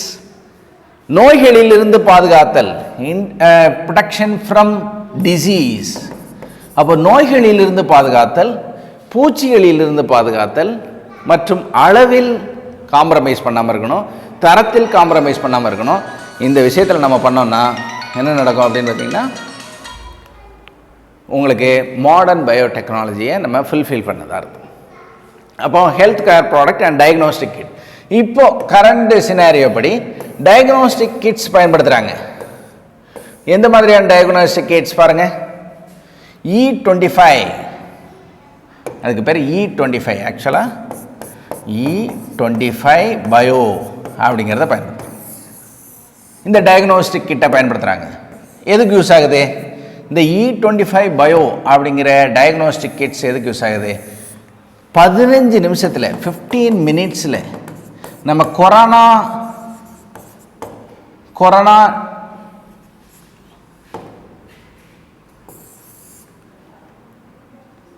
கொரோனாவை கண்டுபிடிக்கலாம். கொரோனா வைரஸை என்ன செய்யலாம், 15 மினிட்ஸில் we can easily detect அப்படிங்கிறத கண்டுபிடிக்கலாம். அப்படி தானே? எது E25 பயோ அப்படிங்கிறத வச்சு டயக்னோஸ்டிக் கிட்டாக பயன்படுத்துகிறாங்க. E25 bio. இது மாதிரி கொஸ்டின்ஸ் கேட்கலாம். E25 பயோ மூலமாக 15 நிமிஷத்தில் கொரோனா வைரஸ் இருப்பதை நாம் எளிதாக கண்டறியலாம். இப்போ அதை விட இம்ப்ரூவ்மெண்ட் ஆகிருக்கும். இப்போ சொல்கிற நேரத்தில் நான் சொல்கிறேன், இதுக்கடுத்து என்ன செஞ்சுருக்கோம், அதை விட ரேபிட் கிட் அப்படிங்கிறது உருவாகிருக்கும். ரேபிட் கிட் ஒரே ஒரு பிளட்டு சாம்பிளை வச்சிங்கன்னா உங்களுக்கு டபுள் லைன் வந்ததுன்னா நம்ம பிரெக்னன்சி டெஸ்ட் மாதிரி லுக் லைக் பிரெக்னன்சி டெஸ்ட். அதில் என்ன செய்வாங்க, பிளட்டை பயன்படுத்த மாட்டாங்க. பிரெக்னன்சி டெஸ்ட்டில் யூரினை பயன்படுத்துவாங்க இல்லையா. யூரினில் தான் ஹியூமன் கோரியானிக் கொனடோட்ரோஃபின் ஹார்மோன்னு இருக்குது, HCG, human chorionic gonadotropin hormone. Human chorionic gonadotropin hormone, மனித கோரியானிக் கொனடோட்ரோஃபின் ஹார்மோன் அப்படின்னு இருக்கு. Human chorionic gonadotropin hormone HCG அப்படிங்கிற ஒரு ஸ்டிப்பு மாதிரி இருக்கும். அதில் எது பயன்படுத்துவாங்க, யூரின் சாம்பிள். யூரினில் ஒரே ஒரு ட்ராப்பு பயன்படுத்துகிறாங்கன்னா அதில் 2 கோடுகள் வந்ததுன்னா அதை நம்ம என்ன சொல்கிறோம் அப்படின்னு பார்த்தீங்கன்னா பாசிட்டிவ் இல்லையா, பாசிட்டிவ். அப்போ பெர்கனண்டாக இருக்காங்கன்னு அர்த்தம் இல்லையா, பெர்கனண்டாக இருக்காங்க. அப்படி இல்லை, ஒரே ஒரு சிங்கிள் லைன் மட்டும் வருது அப்படின்னா கண்ட்ரோல் தான் பாசிட்டிவாக இருக்குது. அப்போ நெகட்டிவ் இஸ் ஏ நெகட்டிவ். அப்போ எதெல்லாம் பாசிட்டிவாக இருக்கணும், கண்ட்ரோலும் டெஸ்ட்டும் பாசிட்டிவாக இருக்கணும். One line denote that control, another one relate that test. அப்போ கண்ட்ரோலும் பாசிட்டிவாக இருக்கணும், டெஸ்ட்டும் பாசிட்டிவாக இருக்கணும். இந்த மாதிரி 2 கோடு வந்தால் நம்ம என்ன சொல்கிறோம், HCG பிரெக்னன்சி டெஸ்ட்டில் பாசிட்டிவ்னு சொல்கிறோம். இதே மாதிரி தான் இங்கே எது பயன்படுத்துகிறோம்? இப்போ வருங்காலத்தில் நம்ம பயன்படுத்த கொரோனா டெஸ்ட்டில் எது மாதிரி வரும் அப்படின்னு பார்த்தீங்கன்னா இதே மாதிரி ஸ்டிப்பு லுக் லைக் ஏ ஸ்மால் ஃபேஷன் மாடர்ன் அல்ட்ரா ஸ்டிப்பு ஒன்று வரும். அதில் நம்ம எதோ யூஸ் பண்ணுறோம்? பிளட்டு யூஸ் பண்ணால் என்ன செய்யும்? அது மாதிரி உள்ள ஒரு சின்ன பாக்ஸ் இருக்கும். பாக்ஸில் 2 கோடுகள் வந்தால் பாசிட்டிவ், அப்படி இல்லைன்னா negative. Corona positive, corona negative அப்படிங்கிறத கண்டுபிடிச்சிக்கலாம். இதுக்கு முன்னாடி இந்த மாதிரி E25 பயோ 15 மினிட்ஸில் டயக்னோஸ்டிக் இதுக்காக பயன்படுத்துகிறாங்க, கிட்ட பயன்படுத்துகிறாங்க. இது ஒரு இம்பார்ட்டன்ட் திங்.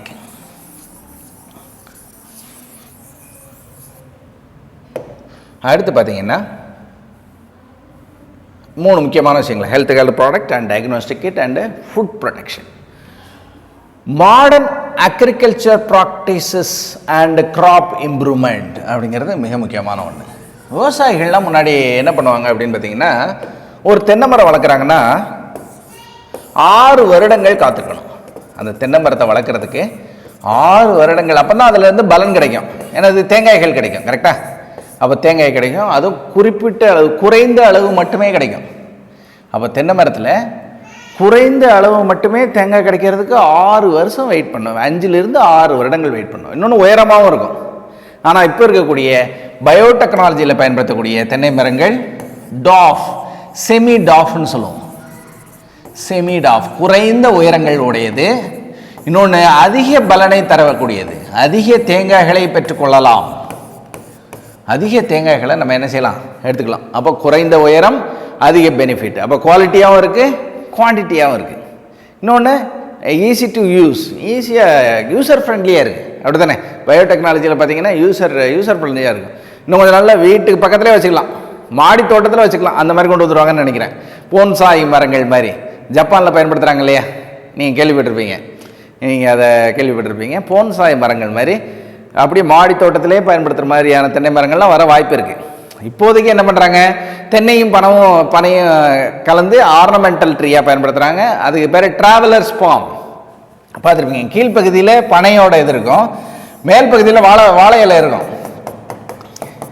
நீங்கள் பார்த்துருப்பீங்க. வாழை இலை ஒரிஜினல் வாழை இலை மாதிரி இருக்காது, கிழிஞ்சு இருக்கும், கொஞ்சம் கிளீவ்டாக இருக்கும். இதுக்கு பேர் ட்ராவலர்ஸ் பாம். கொஞ்சம் அழகு தாவர மாதிரி பயன்படுத்துகிறாங்க. இந்த மாதிரி பனையும் தென்னையும் கலந்து என்ன செய்கிறாங்க? அந்த மாதிரி வெரைட்டி ஜீனோடைப்பிக்காக பயன்படுத்துகிறாங்க. ஓகேங்களா? இதில் எந்த ப்ராடக்ட்டும் வராது. ட்ராவலர்ஸ் ஃபார்மில் எந்த ஒரு யூஸ்ஃபுல் ப்ராடக்ட்டும் வராது. இதெல்லாம் பயோடெக்னாலஜியில். அதே மாதிரி அக்ரிகல்ச்சரில் நம்ம என்னென்ன பயன்படுத்துவோம் அப்படின்னு பார்த்தீங்கன்னா, cultivation of plants, preparation of soil. முதல்ல மண்ணை பண்படுத்துதல். மண்ணை பண்படுத்துறது என்ன செய்வோம் அப்படின்னு பார்த்தீங்கன்னா, இயற்கை அதை உழவின் நண்பன் அழைக்கப்படக்கூடிய மண்புழு உரங்களை பயன்படுத்தலாம்.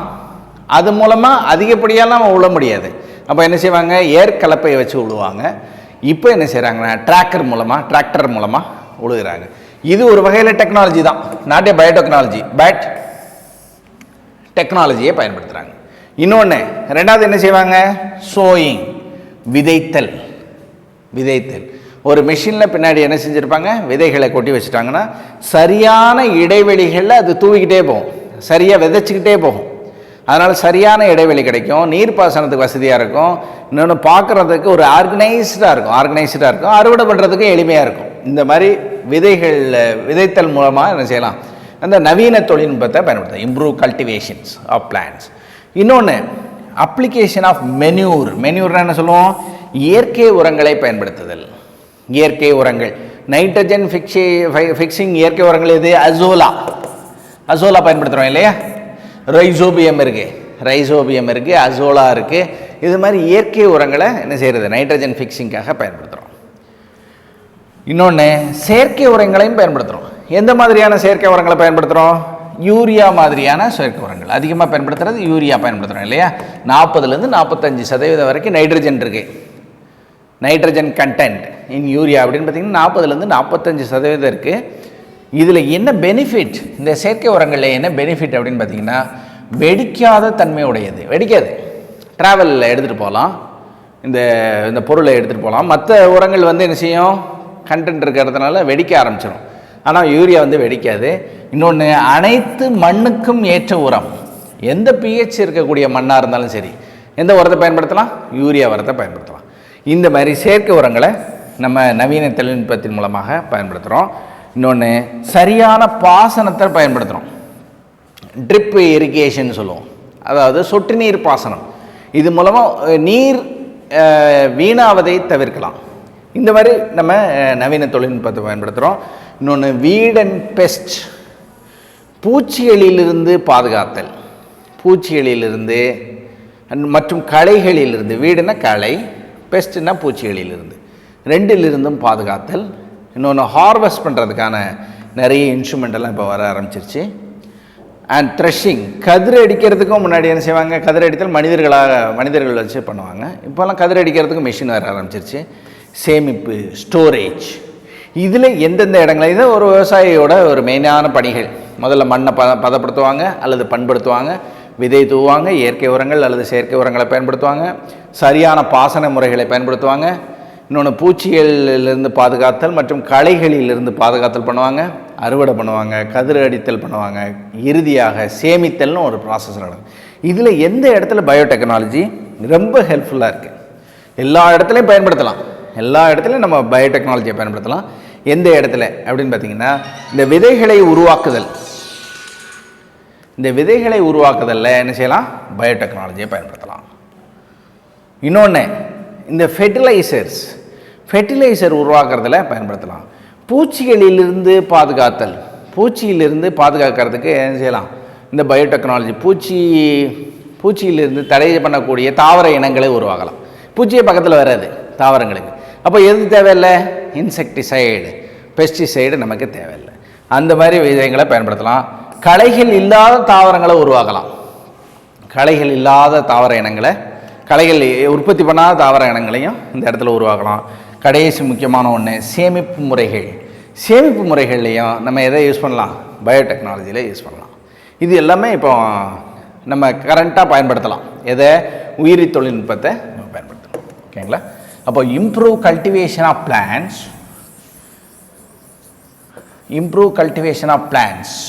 அப்படிங்கிறத நம்ம பார்த்துருக்குறோம். அதில் என்னென்ன மெத்தட்ஸ் அப்படிங்கிறத பார்த்துருக்கோம். எய்ம்ஸ் ஆஃப் இம்ப்ரூவ்டு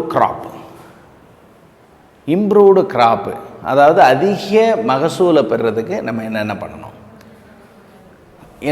நமக்கு என்ன எய்மு? ஒரு தாவர இனங்களை வளர்க்குறோம், லாபம் வரணும் இல்லையா? லாப நோக்கத்தான். அப்போ அதிக மகசூல் கொடுக்கணும், உயர்ந்த தரம் இருக்கணும். மகசூல் மட்டும் கொடுத்தா போதாது, தரமும் அதிகமாக இருக்கணும். தரம்னா என்ன சொல்லியிருக்கோம்? குவாலிட்டி. அப்போ ஈல்டுனா என்ன சொல்லியிருக்கிறோம்? குவான்டிட்டி இல்லையா? அப்போ குவான்டிட்டி அதிகமாக இருக்கணும், குவாலிட்டியும் அதிகமாக இருக்கணும். இன்னொன்று என்னென்னா, ரெசிஸ்டன்ஸ் டு டிசீஸ், நோய்களிலிருந்து தன்னை பாதுகாத்து கொள்வதற்காக அது இருக்கணும். இன்னொன்று, ஷார்ட்டர் டூரேஷன், குறைந்த சாகுபடி காலம், குறுகிய காலத்தில் சாகுபடி பண்ணிடணும். முன்னாடிலாம் ஒரு வருடம் வெயிட் பண்ணுவாங்க. ஒரு விவசாயி வந்து ஒரு வருடம் வெயிட் பண்ணுவாங்க. தாவரத்தினுடைய வளர்ச்சி அதிகமாக இருக்கும், அது அறுவடைங்கிறது கிடைக்கக்கூடிய நெல்மணிகள்ங்கிறது கம்மியாக இருக்கும். அப்போ ஒரு வருடம் வெயிட் பண்ணி தாவரங்களுடைய வளர்ச்சி நல்லாயிருக்கும், ஆனால் அறுவடை பண்ணக்கூடிய நெல்மணிகள் கம்மியாக இருக்கும். ஆனால் இப்போ இருக்க காலகட்டத்தில் with the help of biotechnology அல்லது உயிரி தொழில்நுட்பம் மூலமாக நம்ம என்ன செய்கிறோம்? குறைஞ்ச காலகட்டத்தில் 4 மாதத்துக்கு ஒருக்க அறுவடை பண்ணிடுறோம். நிறைய நம்ம டெக்னாலஜி யூஸ் பண்ணிடுறோம். 4 மாதத்துக்கு ஒருக்க அறுவடை பண்ணிடுறோம்.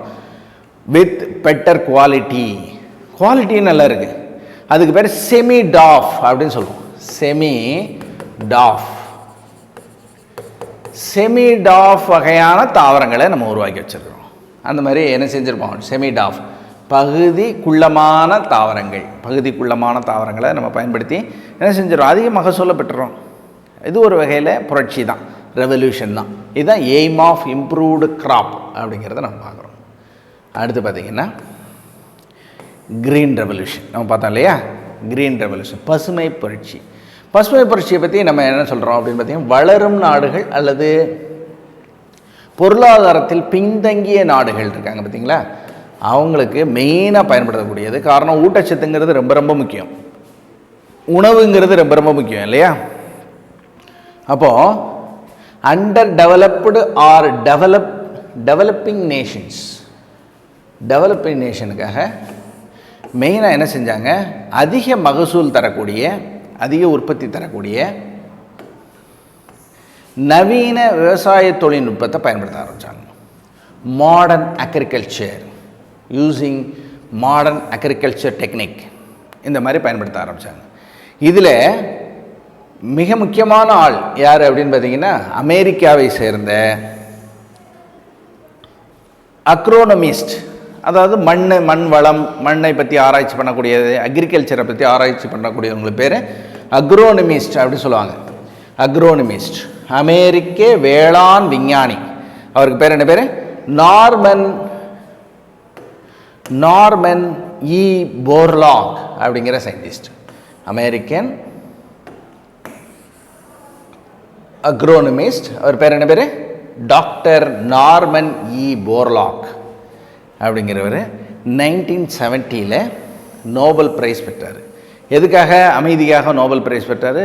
தன்னிறைவான உணவு உற்பத்தி பண்ணணுங்கிற ஒரு நோக்கத்துக்காக என்ன செஞ்சார்? American agronomist doctor Norman Borlaug 1970 Nobel prize பெற்றார். அவருடைய கண்டினியூஷனாக, அவருடைய இணைந்து பணியாற்றி இந்தியாவுக்கு பெருமை தேடி தந்தவர் அப்படின்னு பார்த்தீங்கன்னா யார்? MS Swaminathan. It's a very important scientist. Norman Borlaug plus MS Swaminathan ரெண்டு பேரும் இணைஞ்சு மெக்சிகன் வீட் வெரைட்டியை உருவாக்குறாங்க.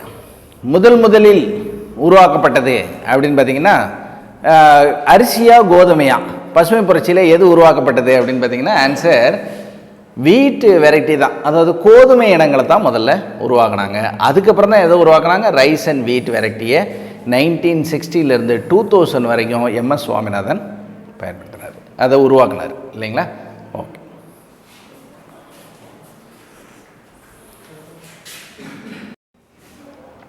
இப்போ அதிக மகசூல் தரக்கூடிய உயர்தரத்திற்கான பயிர் பெருக்கம் அப்படிங்கிறது உருவாக்குனாங்க. முதலில் உருவாக்கப்பட்டது பசுமை புரட்சியில் அப்படின்னு பார்த்தீங்கன்னா எதை சொல்லுவீங்க? கோதுமை தான், வீட் வகைகள் தான், கோதுமை உணவை தான் பயன்படுத்துகிறாங்க, உற்பத்தியை தான் அதிகப்படுத்துகிறாங்க. அடுத்து அரிசி உற்பத்தியை அதிகப்படுத்துகிறாங்க. அதில் முக்கிய பங்கு யாருக்கு இருக்குது? மான்கொம்பு சாம்பசிவன் சுவாமிநாதன், அதாவது எம்எஸ் சுவாமிநாதன். மிஸ்டர் எம்எஸ் சுவாமிநாதனுக்கு அதிக பங்கு இருக்குது. அப்போ Indian father of green revolution அப்படின்னு கேட்டாங்கன்னா நீங்கள் யாரை சொல்லணும்? எம்எஸ் சுவாமிநாதன் தான் சொல்லணும். உலக அளவில் யார் முக்கியத்துவம் வாய்ந்தவர்? அமெரிக்காவில் இருக்கக்கூடிய ஒரு வேளாண் விஞ்ஞானி நார்மன் இ போர்லாக், அவர் தான் முக்கியமான ஆள். அப்போது உணவு உற்பத்தியை மேம்படுத்துதல், அதுக்கு என்ன செய்கிறாங்க? அரிசியும் இதையும் பயன்படுத்துகிறாங்க. ஆஃப்டர் இண்டிபெண்டன்ஸ், சுதந்திரம் வாங்கினதுக்கு அப்புறம் மெயினான தேவை எதுவாக இருந்தது? மிக முக்கியமான தேவை எதுவாக இருந்தது அப்படின்னு பார்த்திங்கன்னா ஃபுட்டு தான். உணவு தேவை அதிகமாக இருந்தது. பொருளாதாரத்துலேயும் நம்ம இம்ப்ரூவ் பண்ண வேண்டியதாக இருந்தது. உணவு அடிப்படை தேவையை பூர்த்தி பண்ணணும். அதுக்கு நம்ம என்ன செய்யணும் அப்படின்னு பார்த்திங்கன்னா உற்பத்தியை அதிகம் பண்ணணும், அதுவும் குவாலிட்டியாக உற்பத்தி பண்ணணும். அப்போது அந்த மாதிரி உற்பத்தி பண்ணுறதுக்காக ஒரு தாவர வகை எடுத்துக்கிறாங்க. அதுக்கு பேர் semi dwarf variety in wheat rice. Semi dwarf variety in wheat rice, அரைக்குள்ள வகை கோதுமை மற்றும் நெல்லை பயன்படுத்துகிறாங்க. இதுக்கு எந்த மாதிரியான 2 தாவரங்களை கலப்பினம் பண்ணுறாங்க அப்படின்னு பார்த்தீங்கன்னா, அதுக்கு எடுத்துக்காட்டுன்னு பார்த்தீங்கன்னா நீங்கள் என்னது சோனாலிக்கா சொல்லலாம், கல்யாண் சோனா. இது ரெண்டுமே அரைக்குள்ள வகை ஒரு தாவர வெரைட்டி தான், ஒரு பிளான்ட் வெரைட்டி தான். இந்த மாதிரி சோனாலிக்கா, கல்யாண் சோனா இது ரெண்டுமே வீட் வகை தான், அதாவது கோதுமை வகையை உருவாக்குனாங்க. இதனுடைய ஸ்பெஷாலிட்டி என்ன அப்படின்னு பார்த்தீங்கன்னா, செயற்கை உரங்களை ஏற்றுக்கொள்ளும் தன்மை உடையது, தகவல்ச்சுக்கொள்ளும், தன்னைத்தானே தகவல்த்து கொள்ளக்கூடிய ஒரு அடாப்டேஷன் இருக்கும். அதனால் நல்ல இதனுடைய உற்பத்தி நல்லா இருந்தது. இன்டர்நேஷ்னல் ரைஸ் ரிசர்ச் இன்ஸ்டியூட் எங்கே இருக்குது? பிலிப்பைன்ஸில். அவங்க என்ன செய்கிறாங்க?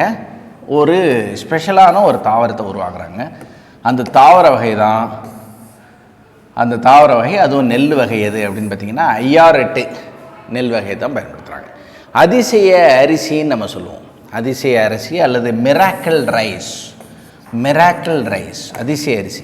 ஏன் அதை நம்ம அதிசய அரிசின்னு சொல்கிறோம்? 2 வருஷத்துக்கு முன்னாடி இது 50 ஆண்டுகளை பூர்த்தி பண்ணிடுச்சு. 50 வருஷம் 50 வருஷத்தை பூர்த்தி பண்ணிருச்சு. இன்னொன்று, மில்லியன் உயிர்களை காப்பாற்றிய அரிசி. மில்லியன் உயிர்களை காப்பாற்றின அரிசி எது? ஐயாரெட்டு. அதனால் இதுக்கு ரொம்ப ஸ்பெஷலான ஒரு நேம். ஒரு ஸ்பெஷலாக அதுக்கு என்ன சொல்கிறாங்க? அதிசய அரிசி ஐயாரெட்டு. எதையும் கலப்பினம் பண்ணாங்க அப்படின்னு பார்த்தீங்கன்னா, இந்தோனேசியாவில் இருக்கக்கூடிய அதிக மகசூல் தரக்கூடிய பீட்டா நெல் வகை அதை பயன்படுத்துகிறாங்க. ப்ளஸ்ஸு வேறு எதை பயன்படுத்துகிறாங்க? சைனாவில் இருக்கக்கூடிய டிஜியோவூஜென் அப்படிங்கிறத பயன்படுத்துகிறாங்க.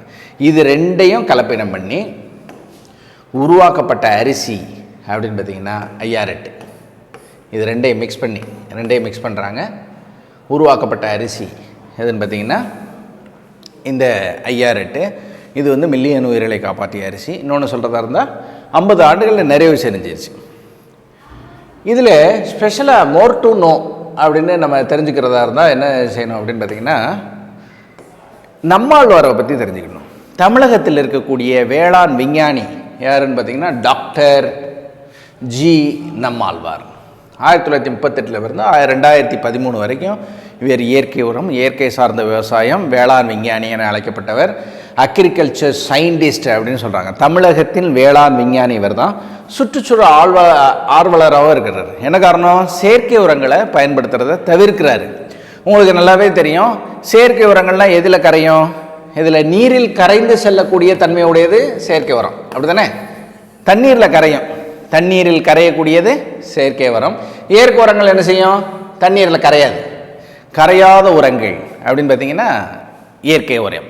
இப்போ செயற்கை உரங்கள் நீரில் கரைகிறதுனால தண்ணீரில் அடித்து செல்லப்பட்டு பக்கத்தில் இருக்கக்கூடிய குளங்கள் குட்டைகளில் தேங்கும் தன்மையுடையது. குளங்கள் குட்டைகளில் ஊட்டச்சத்து அதிகமாயிரும் அந்த உரங்கள் சேர்றதுனால.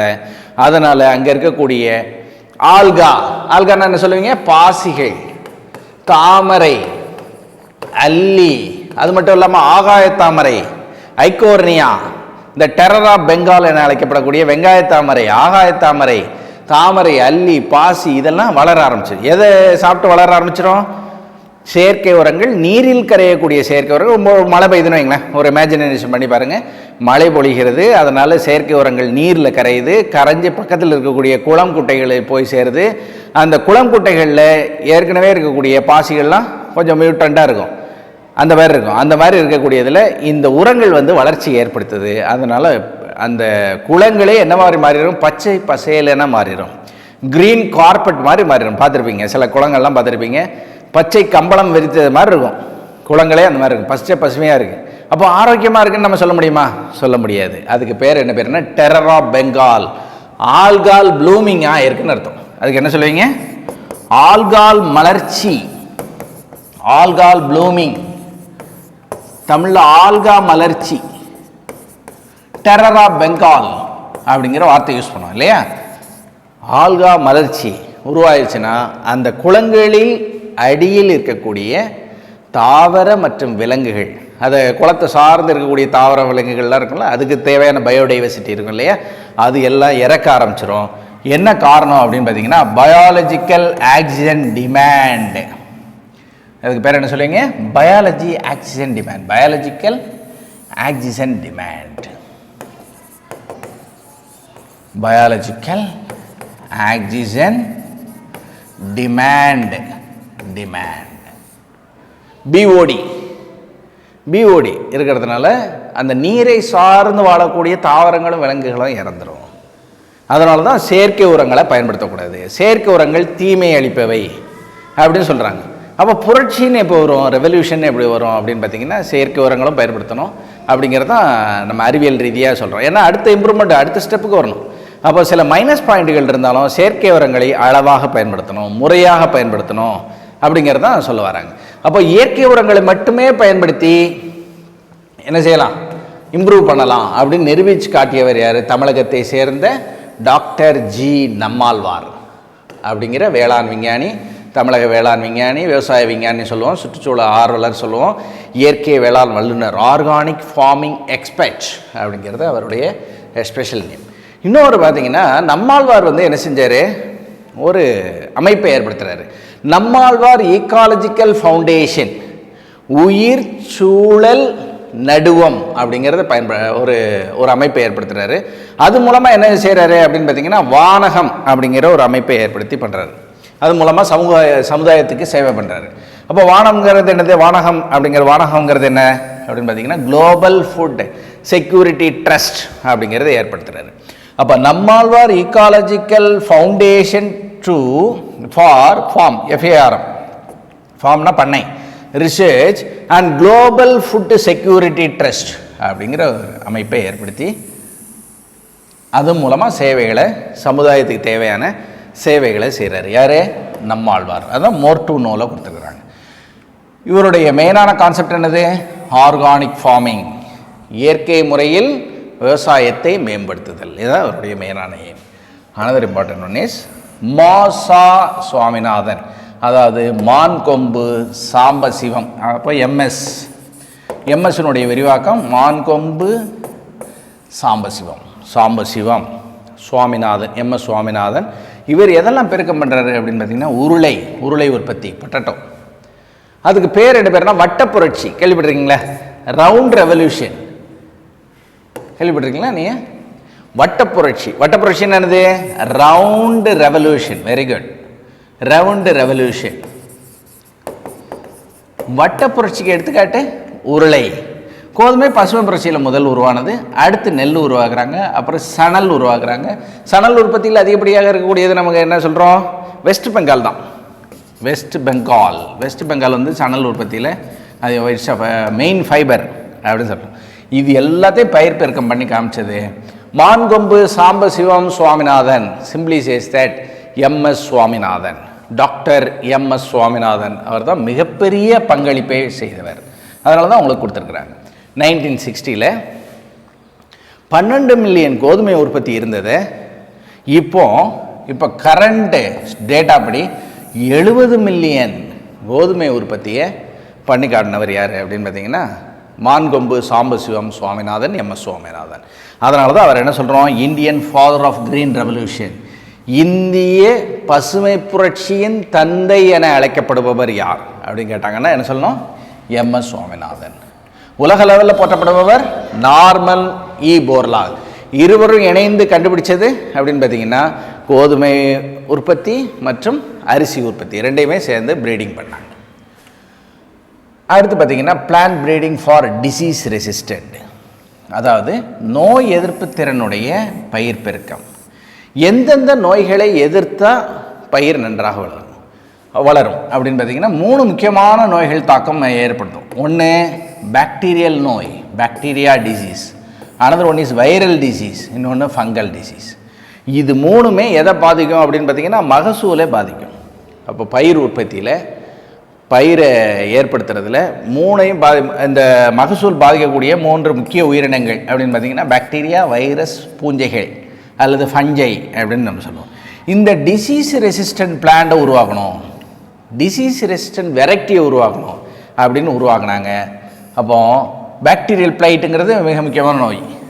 Bacterial blight, upper new leaves, புதிய இலைகளில் இந்த மாதிரி பாக்டீரியல் பிளைட் வர வாய்ப்பு இருக்குது. இதிலிருந்து பாதுகாக்கணும், இந்த மாதிரி நோய்கள்லேருந்து பாதுகாக்கணுங்கிறதுக்காக என்ன செய்கிறாங்க?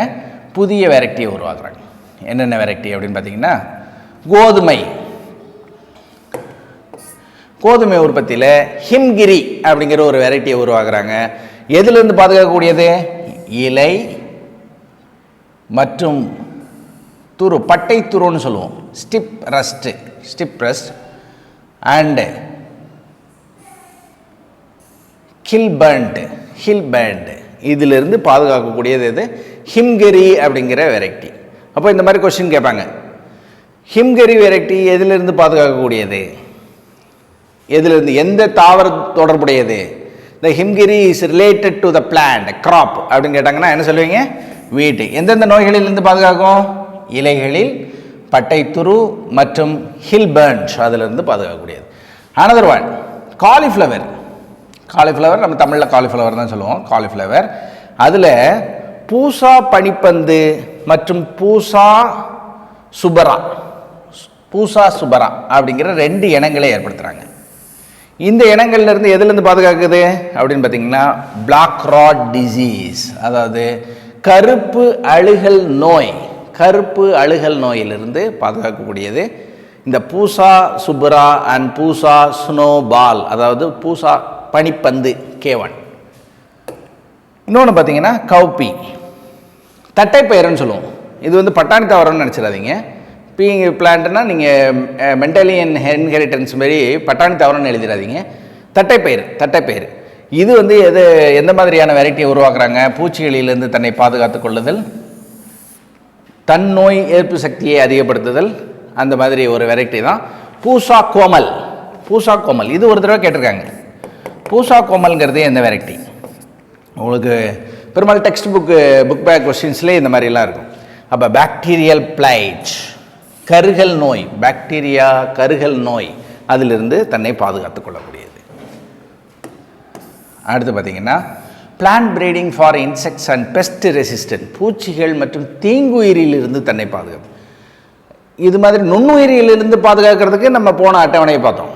இப்போ தீங்குயிரியிலிருந்து தன்னை பாதுகாத்து கொள்ளுதல், அதுக்கு பிராசிகா கடுகு வகை தாவரங்கள், பூசா கௌரவம்னு ஒன்று இருக்குது, உறிஞ்சி உண்ணும் பூச்சியான அஸ்வினி பூச்சி, அதான் அப்பைட்ஸ்ன்னு சொல்லுவோம், அப்பிட்ஸ், அஸ்வினி பூச்சியிலிருந்து தன்னை பாதுகாத்துக் கொள்ளக்கூடிய ஒரு தாவரம் தான் என்னது? பூசா கௌரவ். அடுத்து ஃப்ளாட் பீன் அவரை, பூசா செம்2, பூசா செம்3, லீஃப் ஹோப்பர் இலை தத்துப்பூச்சி அண்ட் அஸ்வினி பூச்சியிலிருந்து கனி துளைப்பான், ஃப்ரூட் அப்படியே ஓட்டப்படுறோம், அதான் கனித்துளைப்பான், கனித்துளைப்பானிலிருந்து தன்னை பாதுகாத்துக் கொள்ளக்கூடியது. லேடிஸ் ஃபிங்கர் வெண்டைக்காய், Pusa Sawani and Pusa A4, shoot and fruit borer, தண்டு மற்றும் கனிகளை துளைத்து உண்ணும் பூச்சிகளிலிருந்து தன்னை பாதுகாத்துக்கிறதுக்காக என்ன செய்கிறாங்க? பூசா சவானி அண்ட் பூசா A4 அப்படிங்கிற வெரைட்டியை உருவாக்குறாங்க. இப்போ எந்த வெரைட்டி எந்த தாவரம் ஞாபகம். இப்போ நோய்கள் கேட்கும்போது எந்த துளைப்பான், தண்டு துளைப்பானா அல்லது தண்டு மற்றும் கனி துளைப்பானா, கனியை மட்டும் துளைக்கக்கூடியதா, அது மாதிரி நோய்கள்லாம் ஞாபகம். பெரும்பாலும் இதை ஞாபகம், இதுதான் எந்த வகையான வெரைட்டி அந்த மாதிரி கேட்பாங்க. இதே மெயினாக ஞாபகம் வச்சுட்டிங்கன்னா உங்களுக்கு எளிமையாக நம்ம இதை ஹேண்டில் பண்ண முடியும், இந்த மாதிரி கொஸ்டின்ஸை ஹேண்டில் பண்ண முடியும். ஓகேவா? அடுத்து பார்த்தீங்கன்னா